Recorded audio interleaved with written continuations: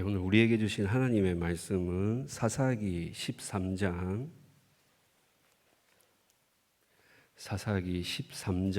1절에서 7절 말씀입니다.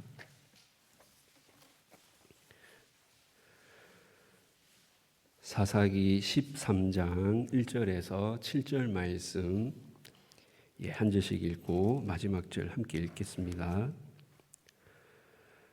이스라엘 자손이 다시 여호와의 목전에 악을 행하였으므로 여호와께서 그들을 40년 동안 블레셋 사람의 손에 넘겨주시니라.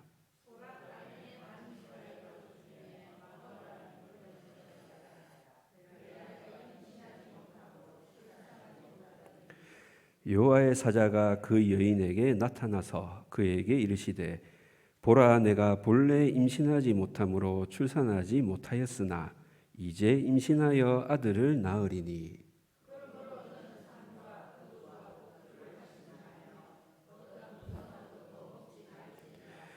보라, 내가 임신하여 아들을 낳으리니 그의 머리 위에 삭도를 대지 말라. 이 아이는 태에서 나옴으로부터 하나님께 바쳐진 나실인이 됨이라. 그가 블레셋 사람의 손에서 이스라엘을 구원하기 시작하리라 하시니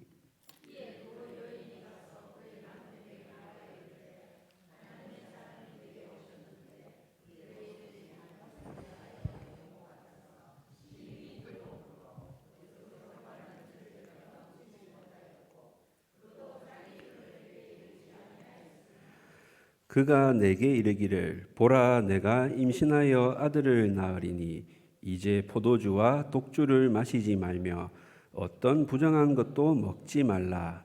이 아이는 태에서부터 그가 죽는 날까지 하나님께 바쳐진 나실인이 됨이라 하더이다 하니라. 아멘. 오늘 우리가 함께 읽은 이 13장부터 16장까지는 마지막 대사사 삼손에 관한 이야기를 기록하고 있습니다. 그런데 이 삼손 이야기로 들어가기 전에 바로 앞에 이제 12장 8절에서 15절을 보시면 세 명의 소사사 입산, 엘론, 압돈, 이 소사사 트리오에 관한 이야기가 소개되고 있습니다. 소사사에 관한 내용들은 매우 짧지만 중요한 내용들을 담고 있으므로 꼭 살펴보아야겠죠. 먼저 입산입니다. 입산에 대한 설명 중 가장 먼저 눈에 띄는 것은 아들 30명과 딸 30명을 두었다는 것입니다. 한 명이 이렇게 많은 자녀를 낳지 못합니다.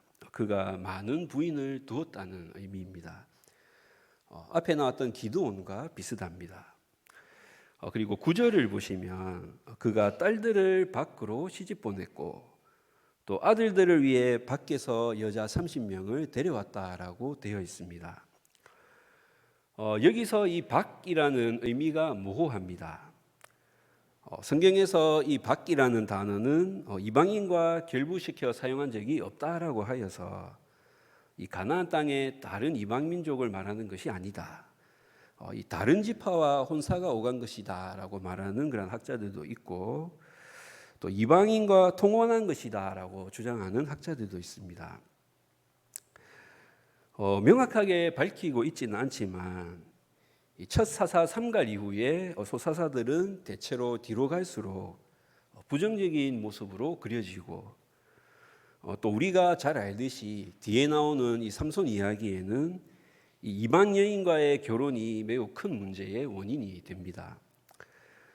이 자신의 권력을 강화하고 부를 축적하기 위한 그러한 이방 민족들과의 정략 결혼이 아닌가 생각됩니다. 그리고 이 엘론에 대한 내용은 정말 별다른 내용이 없습니다. 어떤 민족으로부터 괴롭힘을 당했는가 언급도 없고 그리고 이스라엘을 구원했다라는 말도 없습니다. 10년 동안 다스렸고 스볼론 땅 아얄론에 장사되었다라는 내용만 소개되어 있습니다. 마치 자격도 없고 할 일도 없는 그러한 지도자를 보여주는 것 같습니다. 이 엘론과 아얄론은 히브리어 자음이 같습니다. 만약 그가 이 자신의 이름을 따라 성읍의 이름을 지은 것이라면 엘로는 요컨대 한 일도 없이 권력을 사유한 것입니다. 그리고 이 압돈은 아들 40명과 손자 30명이 있었다라고 기록되어 있습니다. 그리고 뭐라고 되어 있나요? 어린 낙이 70마리를 탔더라. 당시 나귀는 우리 예수님이 타고 오셨던 것처럼 겸손이 아니라 부의 상징이라고 했었죠. 이상의 내용들을 본다면 이제 사사들은 왕과 같은 부와 권력을 누립니다. 가문의 규모가 점점 커져가고 그리고 아들, 손자, 대를 이어서 권력을 세습합니다. 7년, 10년, 8년 통치 기간도 매우 짧아서 그들이 이스라엘의 평화를 위해 뭔가 기여했다라고 보기도 어렵습니다. 사사들의 이러한 지도력이 예전에는 이 하나님께서 특별히 세우신 그러한 공적인 지도력에서 사람들이 선택하고 후대가 물려받는 그러한 사사로운 권력으로 변해가는 모습을 보여줍니다. 자, 이제 13장 삼손의 이야기를 살펴볼 것인데 삼손만큼 우리에게 친숙한 사사도 없습니다. 꼭 기독교인들이 아니더라도 이 삼손의 강력한 힘과 또 드라마틱한 그의 삶에 대해서 들어보지 못한 사람은 없을 것입니다. 그만큼 삼손의 이야기는 흥미진진한 요소로 가득 차 있습니다. 하지만 이 사사기의 전체 구조, 나선형 타락 구조라고 했었죠.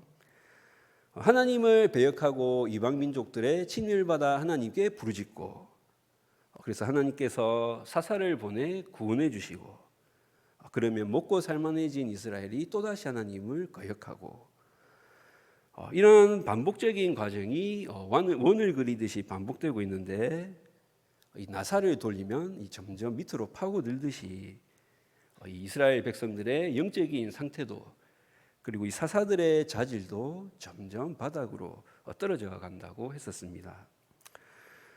이러한 사사기의 전체 구도를 염두에 둔다면 이 삼손의 유명세가 그렇게 탐탁하게 느껴지지만은 않습니다. 그는 가장 외로운 사사이자 가장 치욕스러운 패배를 경험한 어리석은 용사이기도 합니다. 삼손 이야기는 크게 세 부분으로 나뉩니다. 오늘 함께 읽은 13장은 이 삼손의 출생에 관한 이야기, 그리고 14장, 15장은 이 삼손이 이 딥나의 블레셋 여자와 결혼하려고 하면서 벌어지는 그런 일련의 사건들을 다루고 있습니다. 그리고 16장은 삼손이 들릴라와 사랑에 빠지게 되고 또 게임에 넘어가 힘을 잃고 비참한 시간을 보내다가 죽음을 맞이하는 이야기입니다. 오늘은 이제 삼손의 출생에 관한 이야기를 살펴볼 것인데 13장 1절은 계속되는 이스라엘의 악행을 지적하고 있습니다. 이스라엘 자손이 다시 여호와의 목전에 악을 행하였으므로 여호와께서는 이제 40년 동안 이스라엘 자손들이 블레셋의 압제를 받게 하십니다. 40년은 지금까지의 압제 기간 중 가장 긴 기간입니다. 이는 이스라엘의 악행이 더욱 심각했음을 보여줍니다. 삼손이 죽을 때까지도 이스라엘은 블레셋의 압제를 받은 것으로 보입니다. 그리고 이 40년의 기간 중에 20년은 삼손이 사사로 다스렸던 기간입니다. 다른 사사들의 경우와는 달리 삼손이 사사로 있었음에도 이 블레셋의 압제는 계속되었습니다. 이는 얼마나 삼손이 사사로서의 역할을 제대로 하지 못했는가 하는 것을 보여줍니다. 또 이 다른 사사들의 때와는 매우 다른 점이 하나 있는데 이게 보시면은 이스라엘 백성들의 부르짖음이 없습니다. 회개와 부르짖음이 없습니다. 그리고 뒤에 15장 11절을 보시면 너는 블레셋 사람이 우리를 다스리는 줄을 알지 못하느냐? 내가 어찌하여 우리에게 이같이 행하였느냐? 삼손이 블레셋 사람들을 죽였을 때 이를 비난하는 유다 지파 사람들의 말입니다. 이제 이스라엘은 이러한 이방 민족의 압제에 익숙해졌으며 오히려 그 압제를 당연한 것으로 여기는 것 같습니다. 자, 이러한 이스라엘의 영적인 어려운 상태, 어려운 상황을 반영하듯이 한 불임 가정이 있었습니다. 소라 땅의 단 지파의 가족 중에 마노아라 이름하는 자가 있더라. 마노아라는 이름은 일반적으로 안식 또는 안식처라는 뜻입니다. 하지만 이러한 이름의 뜻과는 달리 마노아의 집안은 불임이라는 어려움 가운데 있었습니다. 하지만 이들 부부는 마치 이스라엘이 이 블레셋의 압제 가운데서도 하나님께 부르짖지 않았던 것처럼 하나님께 그들의 어려움을 간구하고 부르짖지 않습니다. 그러함에도 여호와의 사자가 여인에게 나타납니다. 이것은 우리의 부르짖음이나 회개가 하나님의 구원의 기초가 아니라는 사실을 우리에게 보여줍니다. 하나님의 구원은 우리의 회개에 대한 대가가 아니라 하나님의 긍휼의 열매로 우리에게 주어지는 것입니다. 여호와의 사자는 이 마노아의 아내에게 임신과 출산을 예고한 다음에 몇 가지 지시사항을 내립니다. 포도주와 독주를 마시지 말고 어떠한 부정한 것도 먹지 말라. 아들을 낳을 것인데 그 아이의 머리카락을 자르지 말라. 그 이유는 그가 모태에서부터 하나님께 바쳐진 나실인이 될 것이며 블레셋의 손에서 이스라엘을 구원할 것이기 때문이다라고 말합니다. 좀 더 정확하게는 구원하기 시작하리라. 5절 끝에 보면 이렇게 되어 있죠. 이스라엘이 블레셋의 손에서 완전히 벗어나게 되는 것은 다윗 때에 이르러서입니다. 마노아의 아내는 이 남편에게 이 자신이 여호와의 사자를 만났다고 합니다. 그의 모습이 하나님의 사자의 용모와 같았다라고 하면서 몹시 두려워합니다. 여호와의 사자가 자신에게 해준 말을 전하는데 자세히 보면은 태어날 아기가 이스라엘의 구원자가 될 것이다라는 말은 빼먹고 그리고 죽는 날까지 나실인이 될 것이다라는 말을 덧붙이고 있습니다. 그녀는 자신의 아기가 구원자가 될 것이라는 이 사자의 말에 확신이 없습니다. 그리고 죽는 날까지 나실인이 될 것이다. 이 말은 삼손의 출생 이야기가 몹시 독특한 것처럼 그의 삼손의 죽음 역시 무언가 다를 것임을 암시해주고 있습니다. 마노아는 이러한 아내의 말을 믿지 않고 하나님의 사람을 다시 보내달라고 기도합니다. 8절입니다. 마노아가 여호와께 기도하여 이르되 주여 구하옵나니 주께서 보내셨던 하나님의 사람을 우리에게 다시 오게 하사 우리가 그 낳을 아이에게 어떻게 행할지를 우리에게 가르치게 하소서 하니. 여기 보시면 우리라는 말을 몹시 강조하고 있습니다. 뭐라고? 그런 놀라운 일이 있었다고? 나도 좀 봤으면. 그는 이 아내만 놀라운 계시를 받고 놀라운 일을 겪은 것에 대해서 이 남편이자 가장인 자신이 빠질 수 없다라고 질투하고 있는 것 같습니다. 예전에 저도 이렇게 단비가 태어나고 얼마 되지 않았을 때 어느 날 집에 가면 제 아내가 단비가 엄마라고 했어요. 또 어떤 날을 가면 단비가 뒤집겠어요.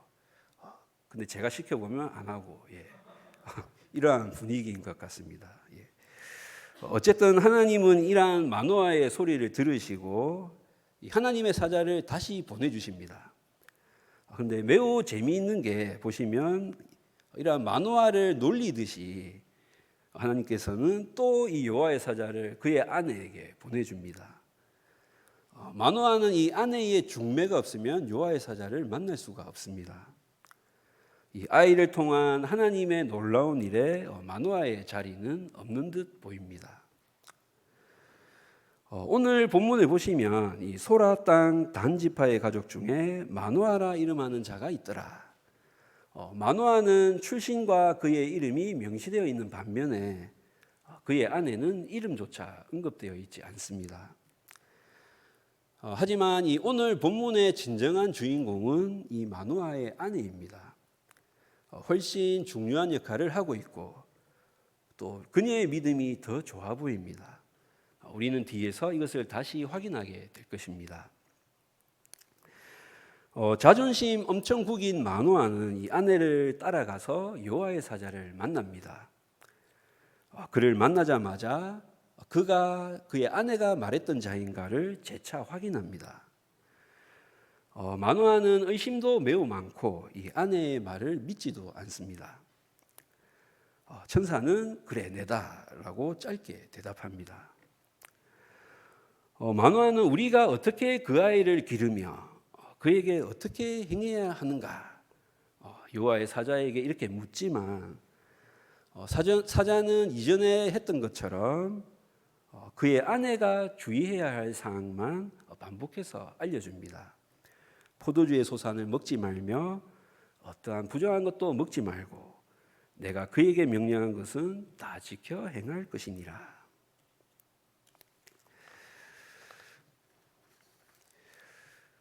마치 오늘 이제 우리가 본문을 보고 있으면 우리가 앞전에 살펴봤던 기드온의 이야기가 생각납니다.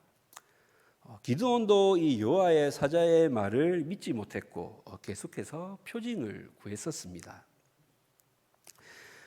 자신이 원하는 대답을 얻지 못하자 마노아는 새로운 시도를 합니다.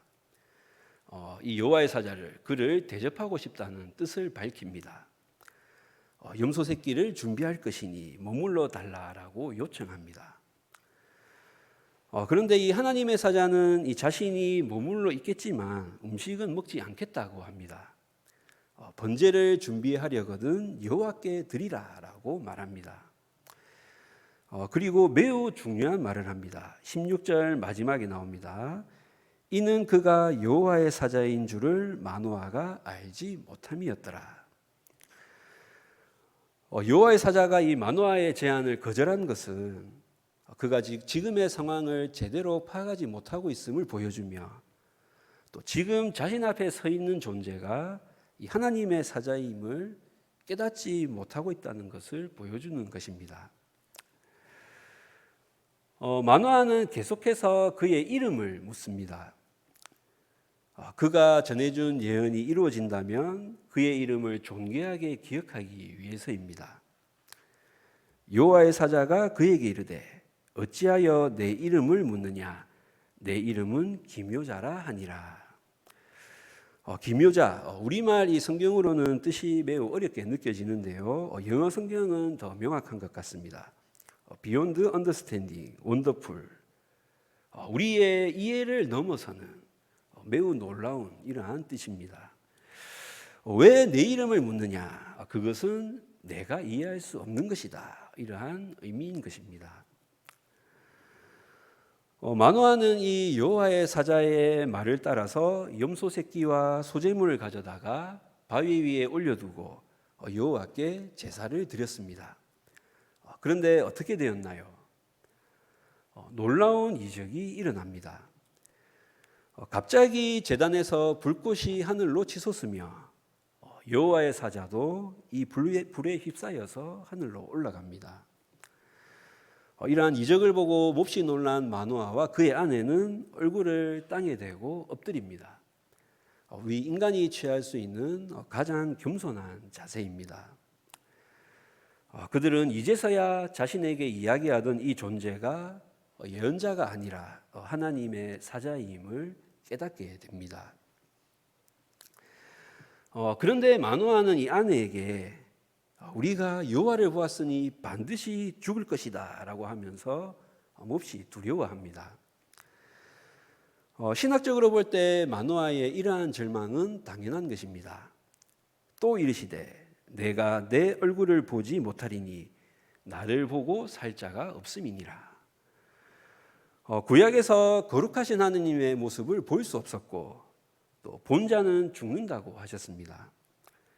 하나님을 대면하고 온 모세도 그 영광으로 눈이 너무 부셔서 수건으로 그의 얼굴을 가려야만 했습니다. 하지만 이러한 절망적인 상황에서조차 이 성경에 이름조차 기록되지 않은 이 마노아의 아내의 지혜가 드러납니다.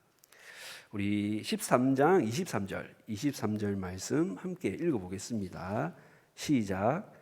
그의 아내가 그에게 이르되 여호와께서 우리를 죽이려 하셨더라면 우리 손에서 번제와 소제를 받지 아니하셨을 것이요 이 모든 일을 보이지 아니하셨을 것이며 이제 이런 말씀도 우리에게 이르지 아니하셨으리이다 하였더라. 아멘. 하나님께서 번제와 소제를 받으셨고 모든 일을 우리에게 보이셨으며 말씀도 하셨다. 자신들을 죽일 생각이었다면 이러한 일들을 하지 않으셨을 것이다 라고 마노아의 아내는 이야기합니다. 마노아는 이 하나님에 대한 올바른 지식이나 믿음이 없었기에 앞뒤 맥락을 살피지 않고 상황을 살피지 않고 오직 여호와 하나님을 보면 죽는다라는 이런 속설만 가지고 감정적으로 반응했습니다. 그러나 이름이 알려지지 않은 이 마노아의 아내는 자신에게 벌어진 이러한 사건들을 하나님의 입장에서 이해하는 놀라운 통찰력을 보여줍니다. 드디어 이 마노아의 아내는 이 하나님의 약속대로 아들을 낳고 그의 이름을 지어줍니다. 그의 이름을 삼손이라 하니라. 이 삼손이라는 이름은 히브리어로 시무션, 작은 태양이라는 뜻입니다. 이 이름의 의미와 관련해서 긍정적인 해석과 부정적인 해석이 있습니다.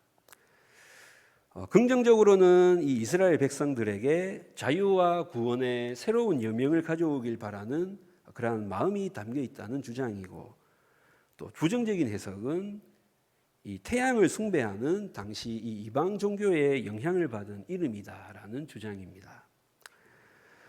당시 이 마노아의 단 지파가 할당받은 땅에 이 태양 숭배의 중심지 벳세메스가 있었는데 그 영향으로 이 태양신과 관련된 그러한 이름이 붙여졌다는 것입니다. 아무튼 이 삼손의 출생을 예고하는 이러한 사건을 기록할 때는 매우 느리게 진행되던 이야기가 이 삼손의 출생 이후에는 매우 빠르게 진행됩니다. 24절, 25절입니다. 그 아이가 자라매 여호와께서 그에게 복을 주시더니 소라와 에스다올 사이 마하네단에서 여호와의 영이 그를 움직이기 시작하였더라. 매우 긴 시간이 필요한 그러한 사건을 단 두 절로 설명하고 있습니다. 태어나고 자라고 여호와께서 복을 주시고 여호와의 영이 임하였다. 이 사사기를 쓴 사람은 이 삼손의 성장 과정에는 별 관심이 없어 보입니다. 그의 성장에서 가장 중요한 사건은 하나님께서 복을 주셨다는 것과 하나님의 영이 임하는 것입니다. 이 여호와의 영이 그를 움직였다. 이렇게 번역된 히브리어 동사 파암의 의미는 그렇게 단순하지 않습니다. 구약에 5번 정도 나오는데 이 창세기에서 바로가 이 흉측하고 파리한 소 7마리가 아름답고 살찐 7마리 소를 잡아먹은 후에 그런 잡아먹는 꿈을 꾼 후에 마음이 번민하여 이 점술가와 현인들을 불러 그 꿈을 해석하게 하려고 했을 때, 그리고 이 다니엘서 2장에서 이 느부갓네살 왕이 꿈을 꾸고 또 번민하여 잠을 이루지 못할 때, 그리고 이 시편에서 시편 기자의 이 괴로워하는 마음을 나타낼 때 쓰였습니다. 이 단순한 움직임보다 매우 강렬하게 휘젓다라는 의미가 있는데 이 수동형으로 쓰여서 괴로워하다, 번민하다라는 의미로 주로 쓰였습니다. 이러한 의미를 반영해 본다면 이 앞으로 삼손의 삶은 괴로움과 번민을 동반한 그런 격정과 격동의 삶이 될 것이다. 이러한 삼손의 미래를 암시하는 구절이라 할 수 있습니다. 자, 이렇게 해서 오늘 이 삼손의 출생에 관한 이야기를 살펴보았습니다. 오늘 본문 이 13장의 내용을 통해서 우리가 살펴보아야 할 것은 무엇일까요? 가장 먼저 불가능한 일을 행하시는 하나님입니다. 오늘 한 불임의 가정이 소개되었습니다. 단지파 사람 마노아와 그의 아내입니다. 이 마노아 아내의 불임은 개인적인 고민이고 개인적인 수치였지만 동시에 희망 없는 이 이스라엘의 미래, 기적이 아니면 생명을 볼 수 없는 그런 절망적인 이스라엘의 시대의 현실을 반영하고 있습니다. 당시 이스라엘은 이 블레셋의 압제 아래에 있었지만 회개하고 하나님께 부르짖을 생각을 하지 못할 정도로 영적으로 타락한 상황이었습니다. 하지만 하나님께서 이러한 이스라엘을 구원하시기로 작정하시고 새로운 사사의 탄생을 예고하십니다. 불임의 태에서 아이를 낳게 하시고 그 아이를 통해 불임의 이스라엘을 구원하시고자 합니다. 인간이 할 수 없는 일을 또다시 이제 하나님께서 나서서 이루어 가시는 것입니다. 하나님께서는 종종 우리 인간이 인간적으로는 존재할 수 없는 그러한 아이를 통하여 이 세상에 역사하셨습니다. 이삭은 하나님이 아브라함에게 주신 아들이었습니다. 내가 너로 큰 민족을 이루고 내게 복을 주어 내 이름을 창대하게 하리니 너는 복이 될지라. 세상이 그를 통해 축복을 받을 그러한 축복의 통로 아들이었습니다. 그런 이삭은 불임이었던 여성 사라를 통해 이 세상에 태어났습니다. 하나님의 등불은 아직 꺼지지 아니하였으며 여호와께서 실로에서 여호와의 말씀으로 사무엘에게 자기를 나타내시니라. 사무엘은 이 모든 백성이 눈이 어두워 이 하나님을 보지 못했던 그런 영적 침체기에 꺼지지 않는 등불이 되어 이 하나님의 백성을 위해 선택된 처음 두 왕 사울과 다윗에게 기름 붓도록 하나님께서 귀하게 사용하실 것인데 이 사무엘 또한 이 자녀를 낳지 못했던 여자 한나에게서 태어났습니다. 세례 요한은 주의 오심을 선포하고 준비할 자인데 잉태하지 못하고 나이가 많은 엘리사벳에게서 태어났습니다. 예수님의 탄생은 이러한 기적의 정도를 초월합니다. 마리아는 임신이 불가능했습니다. 그녀는 처녀였습니다. 다른 모든 아기들은 이 하나님의 능력이 여자의 태를 열어서 자연적으로 태어났지만 임신되었지만 마리아의 경우 인간인 아버지 없이 임신하게 되었습니다. 이 모든 출생은 인간인 어머니가 인간적으로는 할 수 없는 것들이었습니다. 오직 하나님만이 죽은 자를 살리시며 없는 것을 있는 것으로 부르시는 분이심을 보여주는 그러한 사건들이라 할 수 있습니다. 삼손과 이삭, 사무엘과 요한의 탄생은 예수님의 탄생과 다른 점이 있습니다. 다른 탄생들은 모두 이 불명예의 그림자를 떨치고 태어났습니다. 고대 사회에서 여성의 출산은 그녀의 명예와 존엄성을 이루는 중요한 부분이었습니다. 우리는 지난 주일 설교를 통해서도 자신의 여종을 야곱과 동침하게 하고 또 이 수치와 자존심을 구기면서까지 이 합한 채를 사서 이 자녀를 가지려고 하는 그런 라헬의 모습을 보았습니다. 이스라엘 여성들은 하나님께서 하와에게 주셨던 약속, 여자의 후손이 마귀의 머리를 짓밟고 죄의 결과를 없앨 것이다, 최후 승리를 가져올 것이다. 하나님의 그 위대한 약속을 기억하고 그 약속을 이루는 것에 잠재적으로 자신이 참여하기를 고대했을 것입니다. 그러므로 자녀를 낳을 수 없는 여성은 부끄러움과 수치심을 가지고 살아야 했습니다. 하지만 하나님께서 자비로 임하셔서 그 수치와 불명예를 걷어주시고 존귀와 기쁨을 가져다 주셨습니다. 하지만 이 예수님의 탄생은 어머니와 그 아들에게 수치와 불명예를 안겨주었습니다. 다른 구원자들은 그들의 일을 행하기 위해 명예와 영광을 얻었지만 예수님은 스캔들과 의혹 속에 탄생하셨습니다. 그의 일을 시작하고 이루시기 위해서 모든 명예와 영광을 이루셔야만 했습니다. 삼손이 가져올 구원은 불완전한 것입니다. 삼손은 이제 블레셋 사람들의 손에서 이스라엘을 구원하기 시작할 뿐입니다. 하지만 삼손은 자신 너머의 것을 가리킵니다. 사사기 이후 블레셋에 대한 완전한 승리를 가리킵니다. 바로 사무엘이 기름 부을 이스라엘의 왕 다윗입니다. 하지만 이러한 다윗의 구원도 불완전했습니다. 왜냐하면 그는 그의 백성들을 이 대적들의 압제와 고통에서 평안하게 해주었지만 이 백성들의 마음의 죄에 대해서 그리고 이 자신이 저질렀던 죄, 자신의 이 마음의 죄에 대해서는 승리하지 못했기 때문입니다.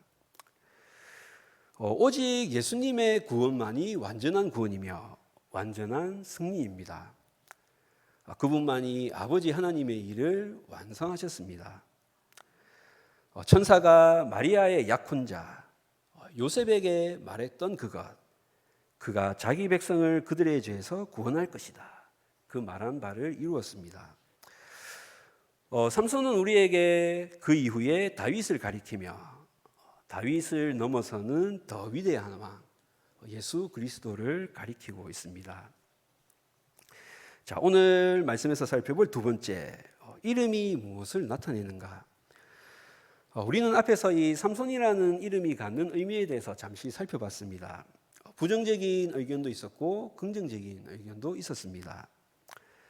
확실한 것은 우리가 이전 사서들의 이야기를 통해서 지금 쭉 살펴보고 있는 것처럼 당시 사사들, 지도자들 그리고 이스라엘 백성들은 어떻게든 당시 이방 시대의 이러한 문화와 사상에 영향을 받고 동화되어 가고 있다는 것입니다. 마노아의 시대와 지금 우리가 살아가는 이 시대가 다르지 않다는 것은 비단 저만의 생각은 아닐 것입니다. 합심하여 기도하는 것이 힘들어진 시대요. 그리고 나의 허물은 보지 못하면서 이 다른 사람의 죄는 보는 양심불량의 시대요. 또 이 하나님의 일을 같이 해나가면서도 나의 것은 절대 손해보려고 하지 않는 그러한 이기주의의 시대가 바로 지금의 시대입니다. 그리고 나 자신의 눈, 내 마음과 감정과 그리고 내 생각과 인식이 옳고 그름을 결정하는 유일한 방법이 되어버린 시대입니다. 그리고 어떻게 하면 이 세상에서 잘 살 것인가가 유일한 관심사가 되어버린 그러한 시대가 오늘날의 시대입니다. 하지만 항상 그렇듯이 이 해결의 열쇠는 이미 우리에게 주어졌습니다. 그 어둡던 마노아의 시대에 하나님께서 구원을 선포하셨듯이 지금 우리 시대에도 우리를 향한 이러한 하나님의 구원과 약속은 유효합니다. 문제는 이러한 하나님의 말씀에, 하나님의 약속의 초대에 우리가 어떻게 반응하냐 하는 것입니다. 자, 그리고 세 번째로 규칙보다 나은 것입니다. 좀 어려울 수도 있겠는데요. 오늘 본문에서 보면 이 마노아는 아내에게 보내셨던 이 하나님의 사자를 다시 보내달라고 간구합니다. 우리가 낳게 될 그 아이를 어떻게 양육하고 키워야 할 것인가, 또 자신들이 어떻게 행해야 할 것인가를 알려달라고 합니다. 그리고 이 당시 문화에서 누군가에게 음식을 제공하면 그는 그 음식을 제공한 자에게 뭔가를 해줘야 할 의무가 생겼습니다. 마노아는 이 하나님의 사자에게 음식을 제공하고 또 그의 이름이 무엇인가를 묻고 이렇게 어떤 식으로든 관계를 형성하여서 이 아이의 삶은 어떠해야 하며 부모로서 그들이 행해야 할 일은 무엇인가, 더 많은 규칙과 규정을 알기 원했습니다. 하지만 천사는 더 자세한 정보를 주지 않습니다. 그는 마노아와 더불어 음식을 먹지 않았고 이름을 묻자 질문으로 대답했습니다. 마노아의 아내에게 주었던 지침만 반복했습니다. 하지만 그 대신에 하나님께서는 마노아에게 하나님이 누구이신가를 계시하셨습니다. 눈앞에서 친히 놀라운 이적을 보이셨습니다. 우리가 하나님을 보았으니 반드시 죽으리로다. 하지만 그들은 죽지 않았습니다. 마노아와 그의 아내의 마음속에는 하나님의 거룩하심과 위대하심, 그리고 보잘것없는 자신들을 통하여 이제 놀라운 일을 이루실 것이라는 그런 기대가 지워지지 않도록 각인되었을 것입니다. 예전에 담임 목사님께서도 설교 때 말씀하셨던 것인데, 우리는 우리보다 훨씬 많은 규칙과 규정에 대해 알고 있었던 이 구약 시대의 사람들을 부러워할 때가 있습니다. 하지만 하나님께서는 신약의 시대를 살아가는 우리에게 훨씬 더 좋은 것을 주셨습니다. 하나님께서는 우리에게 자기 자신을 주셨습니다.